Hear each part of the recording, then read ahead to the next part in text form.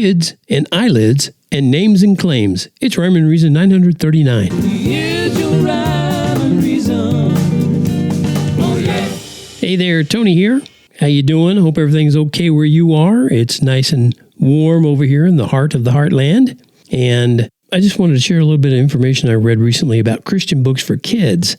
Apparently, quoting an article I read, they said they're supposed to beautifully blend faith, morals, and storytelling. And that should help provide essential tools for young readers' spiritual and moral growth.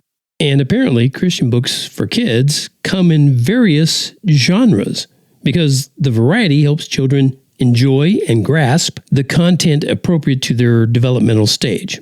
Okay, that's quoting all of them. So, here are the types of Christian books for kids that they said are out there. First, Bible storybooks.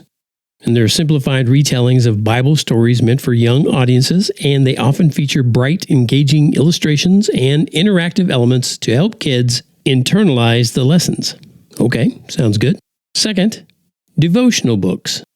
Short, daily readings that connect to scriptural lessons, and they often include a mix of Bible verses, prayers, and practical applications to help kids start their days with spiritual reflection. All right, I like the sound of that. 3, moral stories and parables. They're designed to teach specific moral lessons or Christian values, and they use familiar characters and engaging plots to illustrate key teachings in an accessible format. That's how they described it. And that's fine. Sounds good.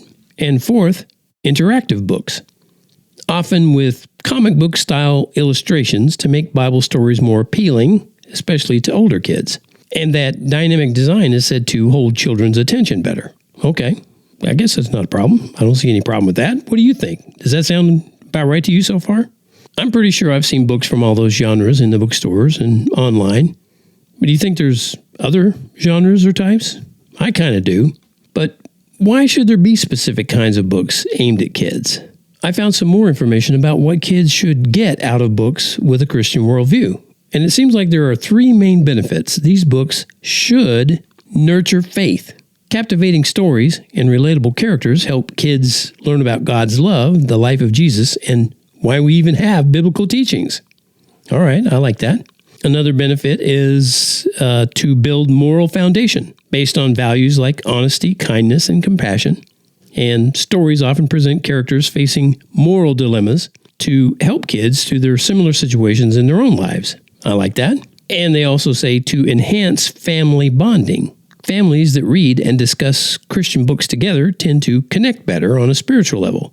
And that helps kids feel comfortable enough to explore and ask questions about their faith. So, that's what other sources say. I believe I've written Christian books for kids that fall into one or more of those categories, but for the most part, I also go one more step. And maybe it's a step most kids and even their parents don't prefer. Or maybe they do. Either way, the extra step I take is to connect rhyme and reason, because I've always believed that it's almost always easier to remember something when it rhymes, especially when the rhyme has rhythm connected to the reader's heart. And when that rhyme is connected to logic and reason, not just emotions, I believe the benefits can be eternal. I call it sort of a stick to your spiritual ribs kind of message. Yeah, but what do I know? I'm just a poet whose iambic pentameter drives words that live inside this Christian parameter, but maybe time will show that these rhymes and these reasons help some kids live with joy through some difficult seasons. That's my hope. And speaking of books, I bet your name is not Titus, and I bet you know that there is a Titus that's considered a book. It's also considered a letter in the Bible. And Titus, that's not one of your more common names these days, at least not in English-speaking countries.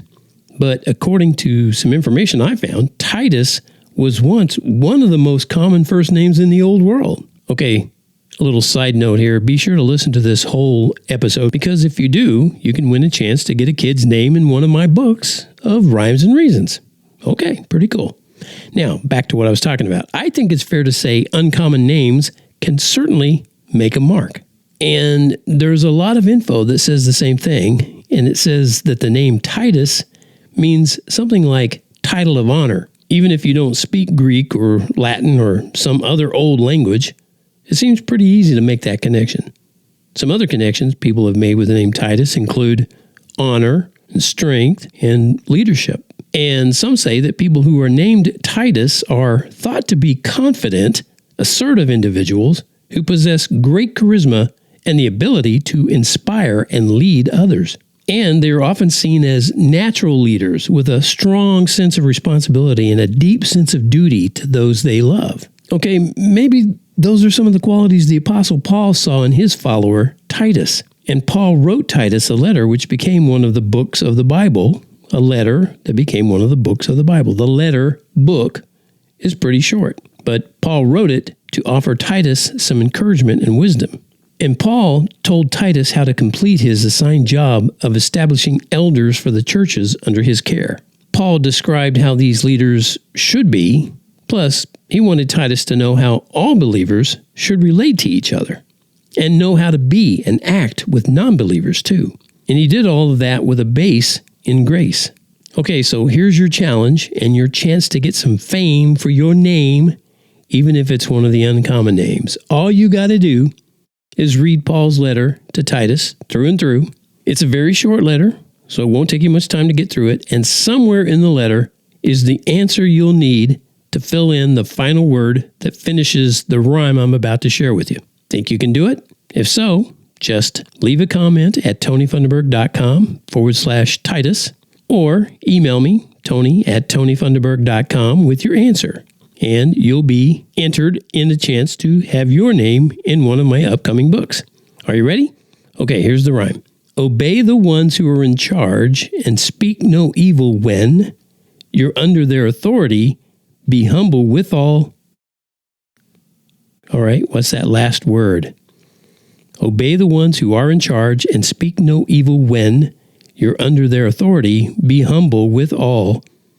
Fill in that last word. Let me know what you got, and you'll be entered into that opportunity to have your name in one of my upcoming books. And there'll be other challenges, so this isn't your only chance, but this is your only chance for right now. That does it for this episode of Rhyme and Reason. Be sure to go over to tonyfunderburk.com, show your support by jumping on the Rhyme and Reason bandwagon. And when you do, you'll be part of the growing band of believers who understand the power of God's love.